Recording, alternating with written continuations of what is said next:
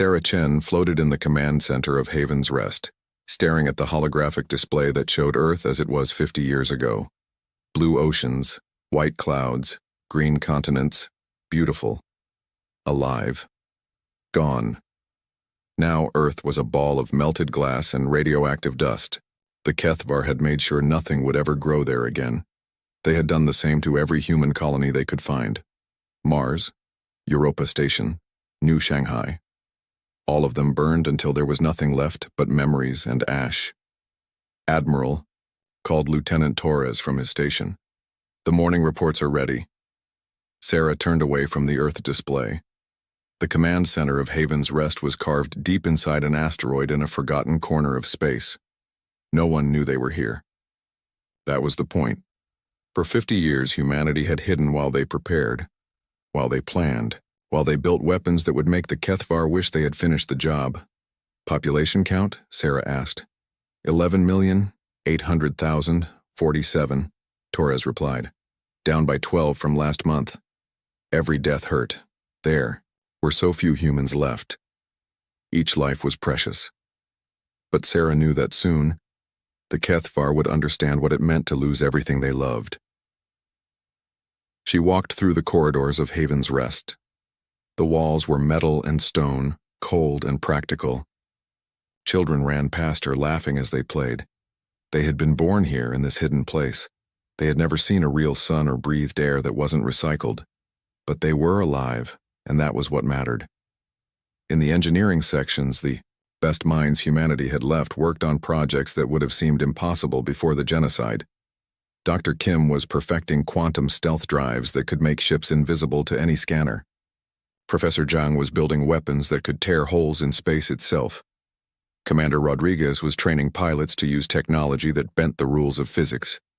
"Ma'am," said a young engineer as Sarah passed, "the new prototype is ready for testing." Sarah nodded. She had seen the plans. A ship that could appear anywhere in the galaxy without warning. Silent. Deadly. Perfect for what they needed to do. In the memorial hall, the walls were covered with names, billions of them. Every human who had died in the genocide. Men, women, children, babies. All murdered by the Kethvar because they thought humans were too dangerous to live alongside other species. They had been right about one thing.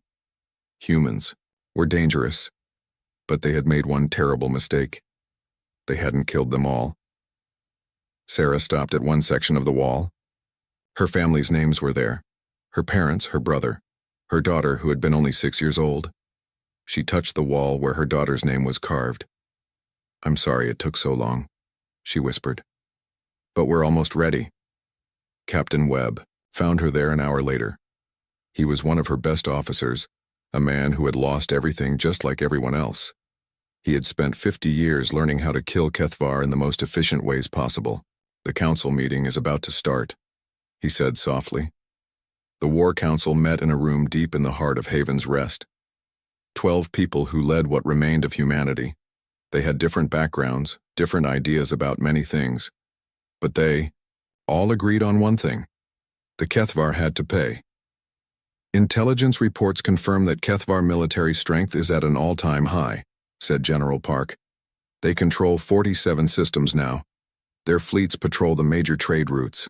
They think they're safe." "Good," said Admiral Chen. "Let them feel safe. It will make this more satisfying." Dr. Vasquez, the chief scientist, activated a holographic display.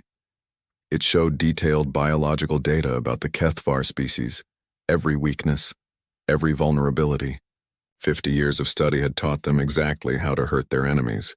"The bioweapons are ready," she said. "We can target specific genetic markers. Only Kethvar will die. Other species will be completely unaffected." "How long?" asked Sarah. "Once we deploy them, the entire Kethvar population will be gone within 6 months. But Admiral, once we do this, there's no going back. We'll be committing genocide just like they did to us." Sarah looked around the room. She saw the faces of people who had lost everything. Parents who had watched their children burn. Children who had seen their parents murdered. Brothers and sisters who were now alone in the universe. They started this war when they decided we didn't deserve to exist, Sarah said. We're going to finish it the same way. The only difference is we're going to be more thorough than they were. The room was quiet. Everyone knew what this meant. They were about to become the very thing they hated. But the alternative was to let the Kethvar live while billions of humans remained dead. There's something else, said Captain Webb. Our spy networks have been monitoring Galactic Council communications. They're planning to expand Kethvar territory, give them more systems, more resources. The galaxy is rewarding them for what they did to us. Sarah felt something cold settle in her chest. Not only had the galaxy allowed the genocide to happen, they were helping the murderers get stronger. Then we'll remind the galaxy why they should have stopped this 50 years ago, she said. That night, Sarah stood in her private quarters looking out at the stars. Somewhere out there, Kethvar families were sleeping peacefully. Children were playing. Parents were planning for the future. They had no idea that death was coming for them. She thought about her own daughter. What would she think of what her mother had become? Would she understand that some things were worth becoming a monster for? A message came through on her personal communicator. It was from Torres in the command center. Admiral, we're receiving a transmission from one of our deep space scouts. They've found something you need to see. Sarah made her way back to the command center. On the main screen was a recording from the scout ship. It showed a Kethvar research facility on a remote moon. But this wasn't a normal facility. The architecture was wrong, too organic, too familiar. What am I looking at? Sarah asked. It appears to be a facility for biological research, Torres said. But Admiral, look at these readings. The scanner data appeared on screen. Sarah studied it for a moment, then felt her blood turn to ice. They're using human genetic material, she said. Yes, ma'am. But not just studying it. They're trying to recreate it. To make something new. Sarah understood. The genocide hadn't been about fear or hatred. It had been about harvesting. The Kethvar had killed billions of humans not to eliminate them, but to steal their genetic code. They wanted to create a slave species with human intelligence but without human independence. They had murdered her entire species for parts. Change of plans, Sarah said, her voice deadly calm. We're not just going to kill them. We're going to make them suffer first. Send orders to all fleet commanders. Operation Ghost Ship begins immediately. Ma'am, are you sure? We're not fully prepared for... We've been preparing for 50 years, Sarah cut him off. It's time for the galaxy to remember that humanity is still here, and we're very, very angry. Outside Haven's Rest, the first ships began to move. Silent shadows in the darkness, heading toward Kethvar space. The hunt was about to begin. Commander Vexhai was enjoying his morning meal when the alarms started screaming. The Kethvar military base on Korvek Prime was supposed to be one of the most secure installations in their territory. Powerful shields, automated defense systems, and a full patrol fleet in orbit. Nothing should have been able to get close without being detected hours in advance. Report, Vexhai barked as he rushed onto the command bridge. Sir, we're detecting massive explosions throughout the base, but we can't find the source. Our sensors show nothing. Vexhai looked at the tactical display. 3 ammunition depots had already been destroyed. The main reactor was showing critical damage warnings. Ships in the orbital dock were exploding one by one. Yet their scanners showed empty space. Impossible. Nothing can hide from our sensors. Sir, incoming transmission. Source unknown. Put it through. The main screen flickered, then showed the bridge of a ship unlike anything Vexhai had ever seen. The walls were dark metal, lit by blue lights. At the center stood a human woman in a black uniform. Her eyes were cold as winter stars. My name is Captain Elena Reyes, she said. 50 years ago, you murdered my family on New Beijing. Today, I'm returning the favor. The transmission cut off. A second later, the command center exploded around Vexhai. 3 systems away, Captain Marcus Webb watched from the bridge of his ship as another Kethvar installation died in silence. The ghost ship program was working perfectly. Human vessels could appear anywhere without warning, strike with devastating force, then vanish before the enemy could respond. Excellent work, he told his crew. Set course for the next target. His ship, the Vengeance, was a masterpiece of human engineering. The quantum stealth drive made it completely invisible to any known sensor technology. The reality fracture weapons could destroy targets by making them simply stop existing. Most importantly, the ship's AI could learn and adapt in real time, becoming more deadly with each battle. "Sir," called Lieutenant Park from the sensor station, "I'm picking up Kethvar patrol ships heading our way. Looks like they're trying to surround us." Webb smiled. "Let them come. Ghost protocol activated. All hands, prepare for silent running." The Vengeance disappeared from all sensors, becoming one with the darkness of space. The Kethvar ships passed right through where it had been, their scanners finding nothing but empty void. "Fire when ready," Webb ordered. The first Kethvar ship simply ceased to exist. One moment it was there. The next moment there was nothing but scattered atoms. The second ship managed to send a distress signal before it too was erased from reality. The third ship tried to run, but the Vengeance could move faster than anything the Kethvar had built. Within minutes, the entire patrol was gone.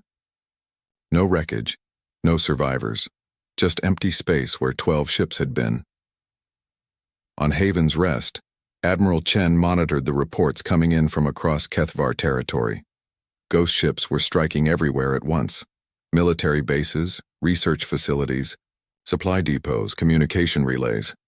Each strike was surgical, precise, and completely devastating. "Ma'am," said Torres, "we're intercepting Kethvar military communications. They're in complete panic. They're calling these attacks acts of terrorism." "Terrorism?" Sarah laughed bitterly. "They kill 11 billion humans and call it military strategy. We kill a few thousand of them and suddenly we're terrorists."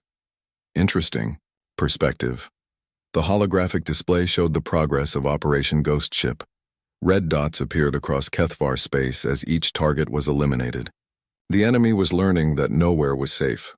No defense was strong enough, no hiding place was secret enough. "Admiral," called Dr. Vasquez from her station, "I'm getting reports from our infiltration teams, the biological research facilities. We found. There are more of them. Dozens more." Sarah felt her anger grow cold and sharp. "What have you found?" "They're not just trying to recreate human genetics. They're trying to improve them.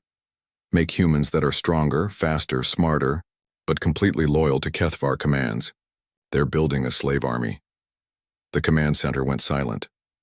Everyone understood what this meant. The genocide hadn't been about eliminating a threat. It had been about stealing humanity's greatest strength and turning it into a weapon for their enemies. "How close are they to success?" Sarah asked.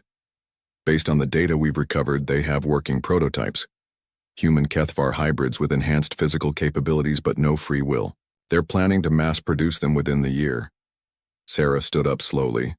When she spoke, her voice was deadly quiet. "Send new orders to all Ghost Ship commanders. Priority targets are now all biological research facilities. Kill everyone. Inside. Destroy everything. Leave nothing that can be salvaged." 3 days later, Captain Webb's team infiltrated the main research station orbiting Vexcon. The facility was massive, protected by the best security the Kethvar could provide. It didn't matter. Human technology was 50 years ahead of anything their enemies could imagine. Webb and his commandos moved through the station like shadows. Their stealth suits made them invisible to cameras and sensors. Their weapons killed silently, leaving no trace. Within an hour, they had secured the Central Research Laboratory. What they found there made Webb sick. Tanks filled with growing tissue, human tissue, but changed, modified, improved according to Kethvar ideas of perfection. In one tank, something that had once been human floated in artificial fluid. It had human intelligence in its eyes, but those eyes were filled with mindless obedience. "My God," whispered Sergeant Kim. "What have they done?" Webb activated his communicator. "Admiral, we've found them. The prototypes. They're people, ma'am. Real people. But they've been turned into something else." Sarah's voice came through the comm, tight with controlled rage. "Can they be saved?" Webb looked at the tanks again. The things inside were breathing, thinking, aware. But they weren't human anymore. They were tools, weapons, slaves. No, ma'am, I don't think they can be. Then put them out of their misery, and make sure this never happens again. Webb and his team spent the next hour destroying everything they could find. Research data, prototype organisms, genetic samples, equipment. When they were finished, they set charges throughout the facility. As they prepared to leave, one of the prototype creatures in the tanks opened its eyes and looked directly at Webb. For a moment, he saw something human there, something that understood what was happening, something that was grateful. The explosion could be seen from 3 star systems away. Back in Kethvar space, panic was spreading. Military commanders were pulling their fleets back to defend core worlds. Trade routes were being abandoned. Colonies were being evacuated. The ghost ships were everywhere, striking without warning, killing without mercy. Fleet Admiral Thexmar stood in the command center of the Kethvar flagship, studying reports of the attacks. His military analyst had been trying to find patterns, weaknesses, anything that could help them fight back. "What do we know?" he asked his intelligence chief. "The ships appear to use some form of advanced stealth technology. They can remain completely hidden until they attack. Their weapons are unlike anything in our database. And, sir, they're definitely human." "Impossible. We eliminated the humans 50 years ago. Apparently not all of them. Sir, I've been analyzing the attack patterns. This isn't random terrorism. This is a coordinated military campaign. Someone has been planning this for decades." Thexmar felt something cold settle in his stomach. "How many ships are we facing?" "Unknown, sir. They could have dozens or thousands. We simply can't track them when they don't want to be found." That night, Thexmar couldn't sleep. He kept thinking about the human woman who had appeared on screens across Kethvar space, Captain Elena Reyes. She had looked at him with eyes that promised death. He had been there 50 years ago when the decision was made to eliminate humanity. He had voted for it. They all had. Humans were too dangerous, too unpredictable, too creative. They would have upset the balance of galactic power. Now he was learning that they had been right about humans being dangerous. They had just been wrong about being able to kill them all. The communicator on his desk chimed. A message was coming through on all channels simultaneously. Emergency priority. The screen showed the same human woman from before, Captain Reyes, but this time she wasn't alone. Behind her stood dozens of other humans, all wearing the same black uniforms, all with the same cold promise of death in their eyes. "People of the Kethvar Confederation," she said. "You thought you had eliminated humanity 50 years ago. You were wrong. We have been waiting. We have been preparing. We have been growing stronger while you celebrated our deaths." The image changed to show recordings from the recent attacks. Kethvar ships exploding. Military bases burning. Research facilities destroyed. "This is just the beginning," Reyes continued. "You took everything from us. Our homes, our families, our future. Now we're going to take everything from you. Your ships, your stations, your worlds, your lives." The transmission ended with a simple message that appeared in every Kethvar language. "We are humanity. We are vengeance. We are coming." Ambassador Zeftai of the Velkari Union had seen many conflicts during her long career, but nothing like this. The reports coming from Kethvar space were horrifying. Entire fleets vanishing without a trace. Military installations being destroyed by invisible attackers. Panic spreading through one of the galaxy's most powerful civilizations. "Surely this is just another territorial dispute," she told her aide as they traveled toward the emergency session of the Galactic Council. "Perhaps a neighbor trying to expand their borders." Her aide, a young diplomat named Korovan, shook his head.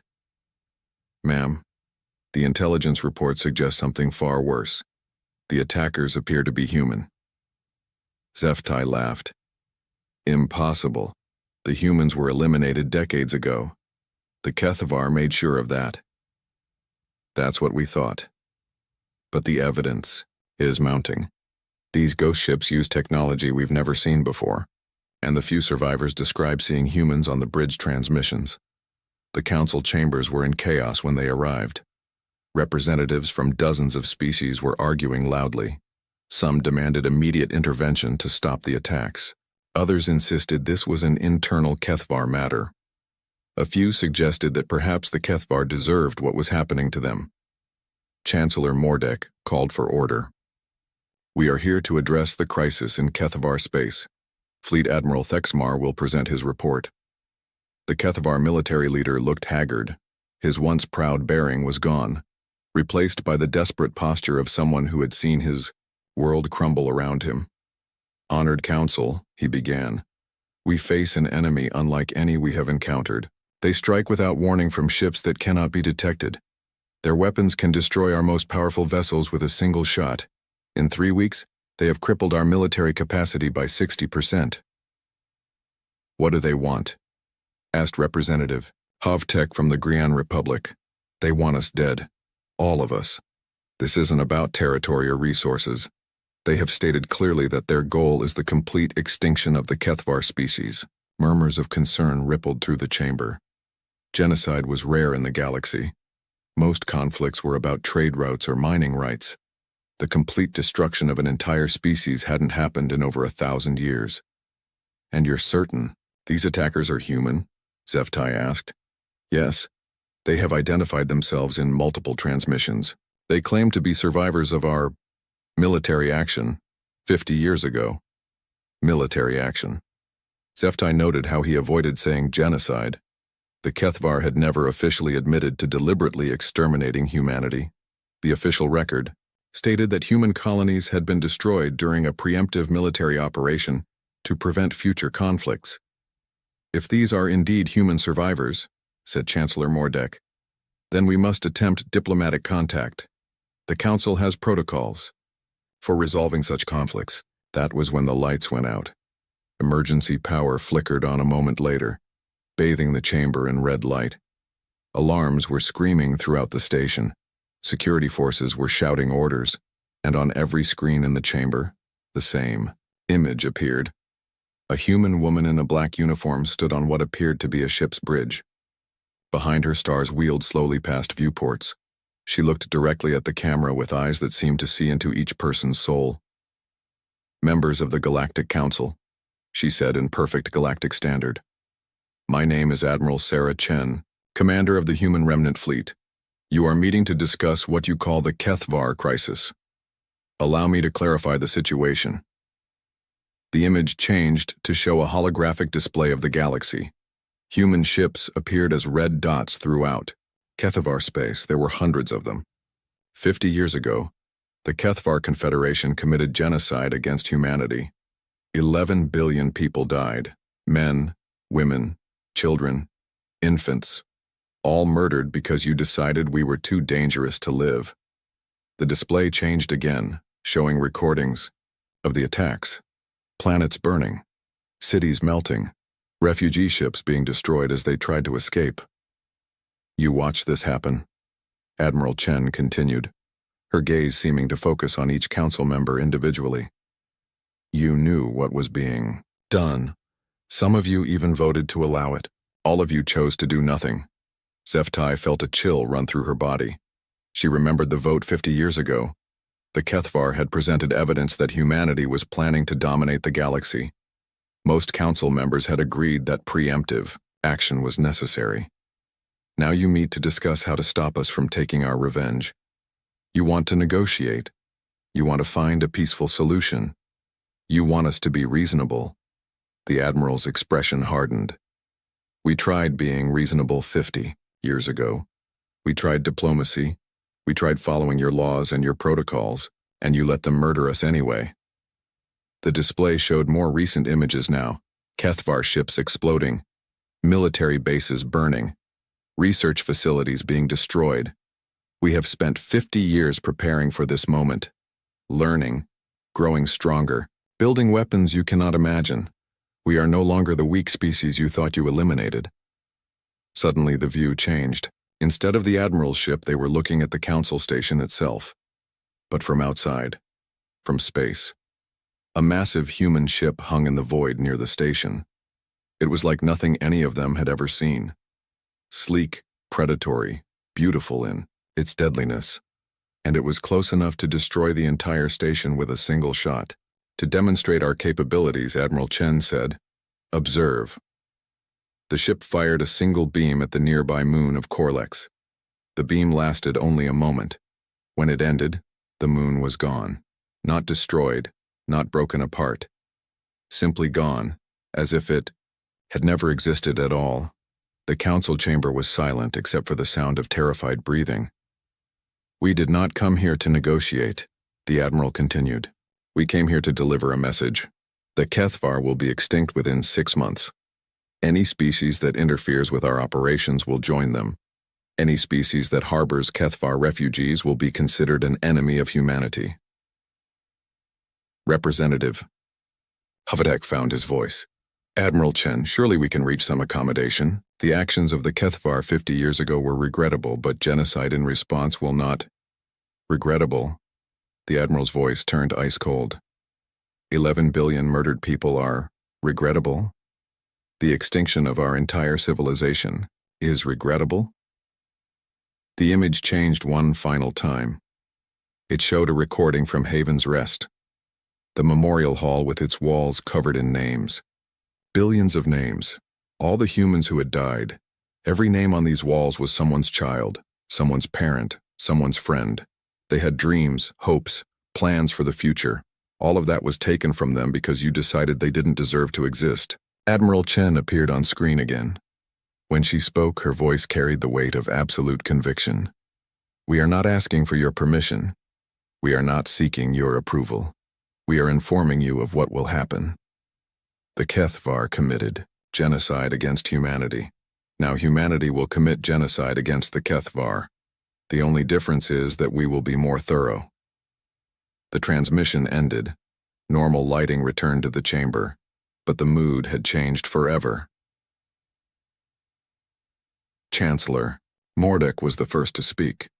"We must evacuate all non-essential personnel from Council space immediately, and send emergency messages to all member species. Humanity has declared war on the galaxy." "Not on the galaxy," Zeftai said quietly. "On anyone who gets between them and their revenge." Fleet Admiral Thexmar laughed bitterly. "You still don't understand. This isn't about revenge anymore. Look at what they just did. They made a moon disappear. They infiltrated the most secure facility in the galaxy. They've been watching us, learning about us, preparing to fight us for 50 years. He stood up, his shoulders sagging with defeat. "They're not trying to get revenge for what we did to them. They're trying to make sure it never happens to anyone else. They're establishing themselves as the galaxy's apex predator, and they're using us as the example." That night, emergency meetings were held across the galaxy. Species leaders huddled in secure bunkers, trying to decide how to respond to humanity's ultimatum. Some suggested forming a grand alliance to fight the human threat. Others proposed surrendering immediately and hoping for mercy. But deep in her private quarters, Ambassador Zeftai was reading classified files from 50 years ago, reports about human capabilities, assessments of their technological potential, warnings about what might happen if they were ever pushed to extremes. One report, written by a Kethvar intelligence analyst, stood out. Humans possess several dangerous characteristics: extreme adaptability, innovative problem-solving, and an unusual capacity for both cooperation and violence. Of particular concern is their tendency to become exponentially more dangerous when threatened with extinction. Recommendation: if military action against humanity becomes necessary, ensure complete elimination of the species. Any survivors will pose an existential threat to galactic stability. Zeftai closed the file and stared out at the stars. Somewhere out there, human ships were hunting Kethvar vessels with perfect efficiency. In a few months, an entire species would be extinct, and the galaxy would learn that there were some mistakes that could never be undone. The humans had tried being civilized. They had tried following the rules. They had tried being reasonable. Now they were going to try being terrifying instead. General Vexkoth had not slept properly in weeks. Once he had been the supreme military commander of the Kethvar Confederation. He had led the fleets that destroyed humanity 50 years ago. He had been proud of that accomplishment, convinced that he had saved the galaxy from a dangerous threat. Now he was hiding in a bunker deep beneath the surface of a dead moon, listening to reports of his people dying across the galaxy. "Sir," said his aide, Captain Morthek, "the latest casualty reports." Vexkoth took the datapad with shaking hands. 70% of the Kethvar military was gone. 18 colonies had been evacuated. The home worlds were under constant attack by invisible enemies who struck without warning. What about the civilian evacuations? That's where it gets worse, sir. Vexkoth looked up from the reports. Worse how? The humans aren't just targeting our military installations anymore. They're hunting down every Kethvar in the galaxy. They have teams on every world where our people sought refuge. They're killing civilians, sir, families, children. The general felt sick. Show me. The main screen activated, displaying recordings from across the galaxy. On Velkari Prime, Kethvar refugees in a camp woke up to find their guards dead and unknown figures moving through the darkness. By morning, every Kethvar in the camp was gone. No bodies were found. No witnesses survived.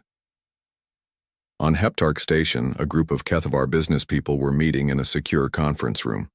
Security footage showed them discussing trade agreements. One moment, then the lights went out. When emergency power restored illumination, the room was empty except for strange burn marks on the walls. On a passenger transport heading for the Galactic Rim, 3 Kethvar families were traveling under assumed identities. The ship arrived at its destination on schedule, but when it docked, only the non-Kethvar passengers were still aboard. The crew had no memory of any Kethvar passengers ever being on the ship. How are they doing this? Vexkoth asked. We don't know, sir. They seem to have infiltrated every major population center in the galaxy. They know where every Kethvar is hiding. They can reach anyone, anywhere. Vexkoth studied the reports more carefully. The pattern was becoming clear. The humans weren't just killing Kethvar randomly. They were being surgical about it, precise. They eliminated their targets without harming anyone else, often without anyone even noticing until it was too late. Sir, said another aide, there's something else. We've been monitoring human communications. They're calling this the final hunt. It's not just about killing us. They want us to understand what it feels like to be helpless, to know that death is coming and there's nothing we can do to stop it. That was when Vexkoth realized the terrible truth. The humans weren't just committing genocide. They were doing it slowly, methodically, making sure every Kethvar alive understood exactly what was happening and why. How long? He asked. The current rate, sir. The entire Kethvar population will be extinct within 3 months. Vexkoth walked to the small window that looked out over the lunar surface. Somewhere among those stars, human ships were hunting his people. Ships commanded by survivors of the genocide he had ordered 50 years ago. Sir? Called Captain Morthek. What are your orders? Orders. As if there was anything left to order. As if there was any strategy that could save them from what was coming. Gather every military asset we have left, Vexkoth said finally. We're going to make one final stand. 3 days later, Admiral Sarah Chen stood on the bridge of her flagship, watching as the last Kethvar fleet assembled in the Korvek system. They had gathered everything they had left. Dreadnoughts, carriers, destroyers, fighters, nearly 1,000 ships arranged in perfect battle formation. It was impressive. 50 years ago, such a fleet would have been unstoppable. Today, it was about to become a memorial. Admiral, said Captain Webb from his position at the tactical station, all ghost ships are in position. We have them completely surrounded. Sarah nodded. The Kethvar couldn't see the human ships.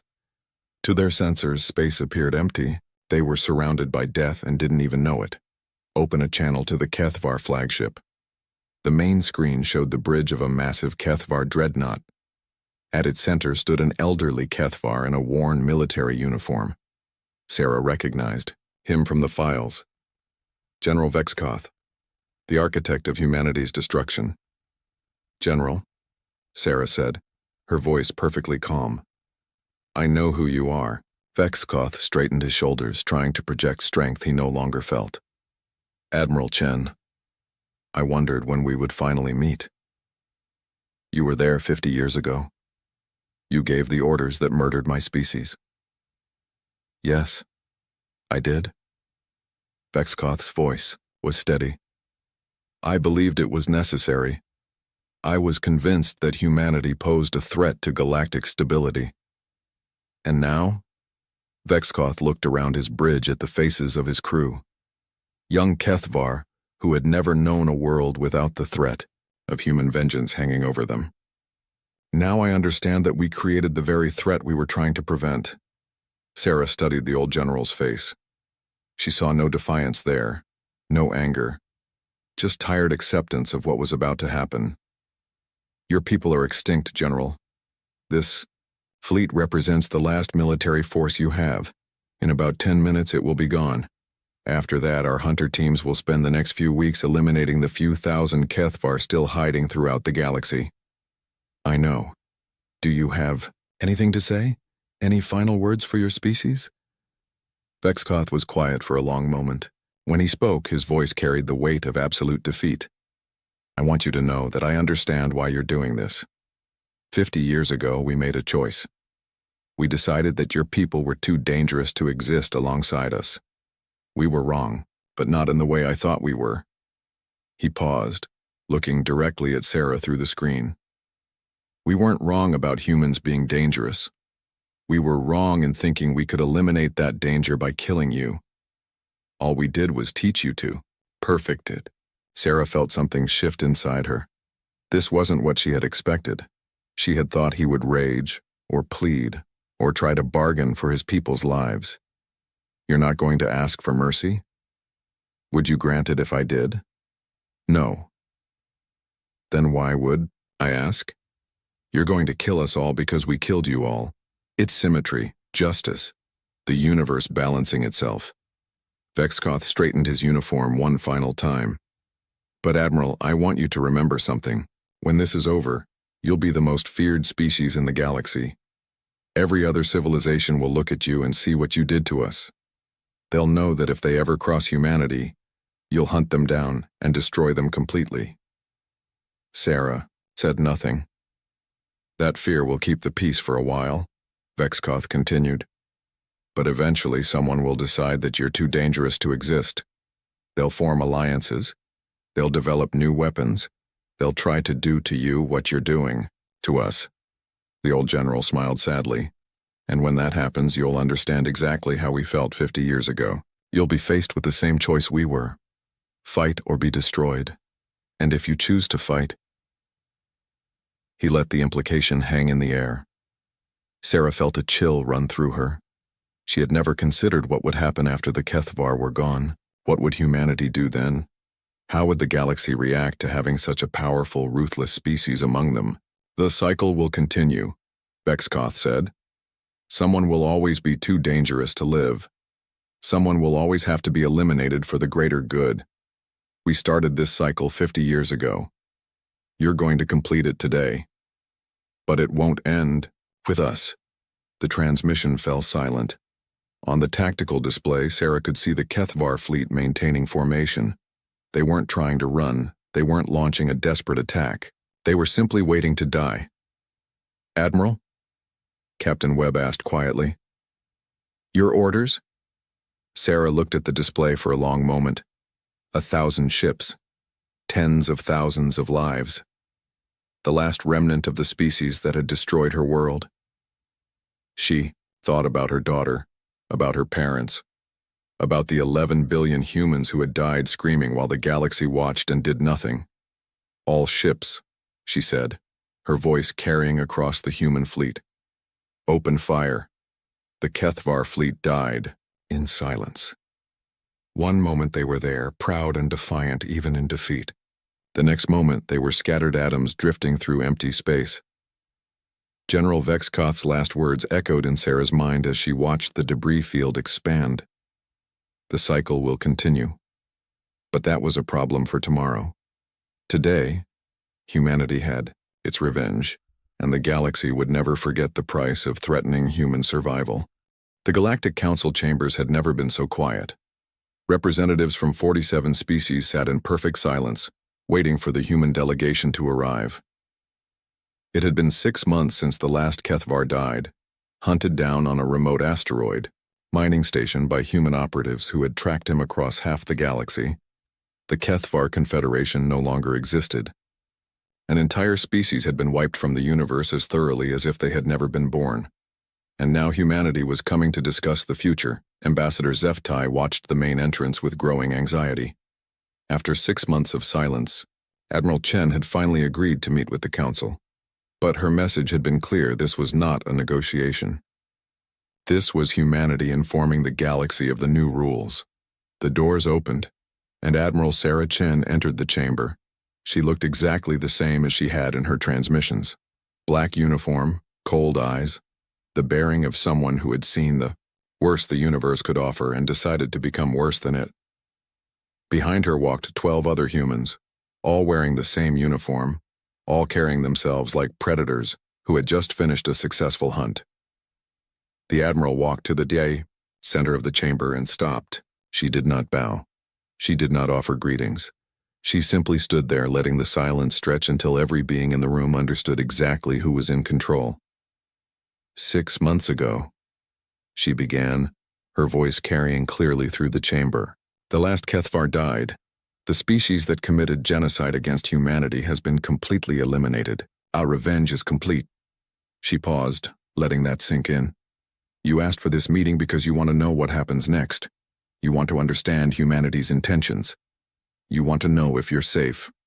Admiral Chen's gaze moved slowly around the room, making eye contact with each representative. The answer to that question depends entirely on you. Chancellor Mordek cleared his throat nervously.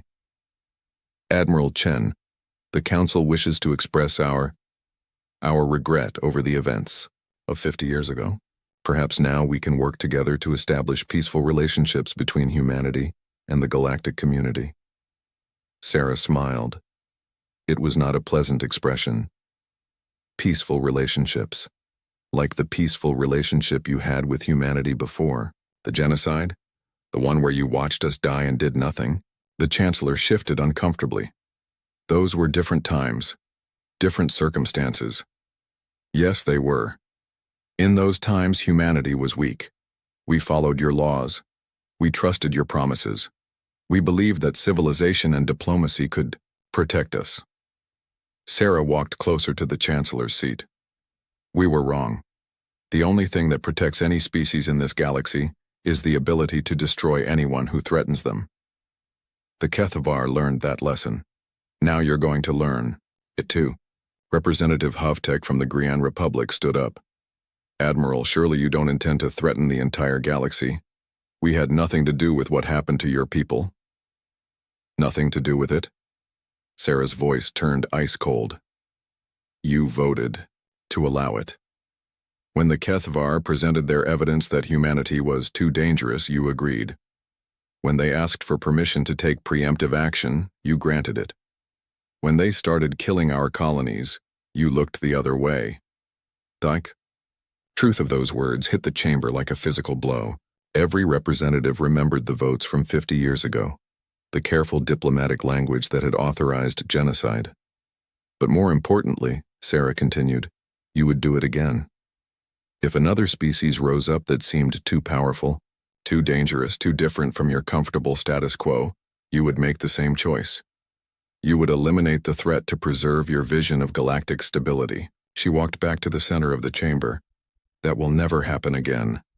The main display activated, showing a holographic map of the galaxy. Human ships appeared as red dots throughout known space. There were thousands of them. Humanity now maintains the largest military force in galactic history. Our ships are more advanced than anything you can build.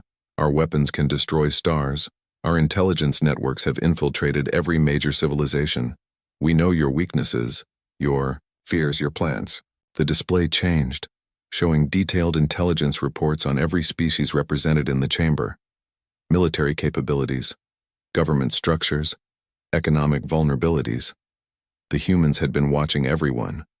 "This is the new reality," Sarah said.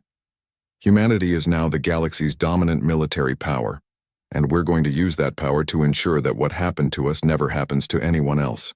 Representative Kelsna from the Thranx Empire raised a tentative hand. "What exactly are you proposing, Admiral?" "The Terran Doctrine, a simple set of rules that will govern galactic civilization from now on." The display changed again, showing a document written in dozens of languages. Rule 1. No species may commit genocide against another species for any reason. Period. No exceptions. No justifications. Rule 2.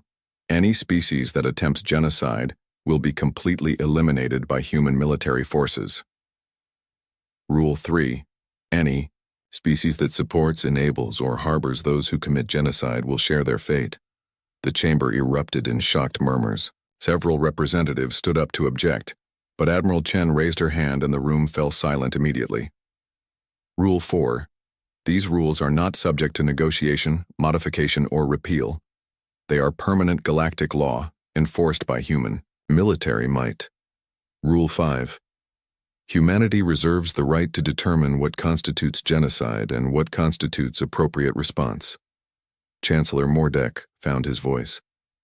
"Admiral, you're essentially declaring yourself the galactic police force. Who gave you that authority?" Sarah's smile returned. "The same authority the Kethvar had when they decided to eliminate humanity. The same authority this council had when you voted to allow it. The authority that comes from having the power to enforce your will." She gestured to the display showing human military assets. "The difference is that we're not using that power for conquest or personal gain. We're using it to prevent future genocides. Every species in this galaxy is now under human protection, whether they want it or not." Representative Yaxmal from the Centauran Alliance stood up angrily. "This is tyranny. You're imposing your will on the entire galaxy." "Yes," Sarah said simply. "That's exactly what we're doing." The blunt admission shocked the chamber into silence. 50 years ago, you had a choice. You could have stopped the Kethvar from committing genocide. You could have protected humanity. You could have upheld the principles of civilization you claim to represent. Sarah's voice grew harder. You chose to let us die instead. Now you don't get to make that choice anymore. We're making it for you. The display changed one final time, showing images from the memorial hall on Haven's Rest. Billions of names covering the walls. All the humans who had died. Every being in this galaxy is now safer than they were 6 months ago. Not because you've become more civilized. Not because you've learned to be better. But because humanity is watching and we will never again allow genocide to happen on our watch. Admiral Chen turned to leave, then paused. "Oh, and one more thing. We're establishing permanent human monitoring stations in every major system.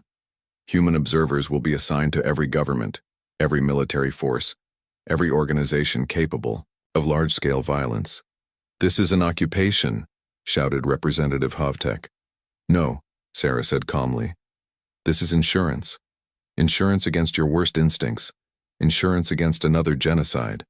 Insurance that the galaxy will never again decide that an entire species is too dangerous to live." She walked toward the exit, her delegation following behind her.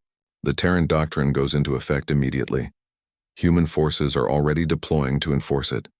Any resistance will be met with overwhelming force." At the entrance to the chamber, Admiral Chen stopped and turned back one final time. "You wanted to know if you're safe. Here's your answer. You're safe from genocide. You're safe from the kind of systematic murder that destroyed humanity 50 years ago. You're safe from each other." Her eyes hardened. "But you're not safe from us. You will never be safe from us. Because the moment you think you can go back to your old ways, the moment you decide that some species is too different or too dangerous to exist, will be there." She paused at the threshold. "We are humanity. We are the consequence of your choices. We are the price of your indifference. And we will be watching you for the rest of time." The doors closed behind her, leaving the council chamber in stunned silence. Later that day, news of the Terran Doctrine spread across the galaxy. On thousands of worlds, billions of beings learned that their universe had changed forever. Some were grateful for the protection. Others were terrified of their new guardians. On New Terra, humanity's first new colony world, Admiral Sarah Chen stood in the memorial garden, where an eternal flame burned for the 11 billion dead. The names were still there, carved in stone that would last forever. Captain Webb approached her quietly. "Admiral, the deployment is complete. Human forces are in position throughout the galaxy. The Terran doctrine is now in effect." Sarah nodded, still looking at the memorial. "Do you think we've become the very thing we fought against?" Webb asked. Sarah considered the question for a long moment. "The Kethvar destroyed us because they thought we were too dangerous to exist alongside them. Now we control the galaxy because we're too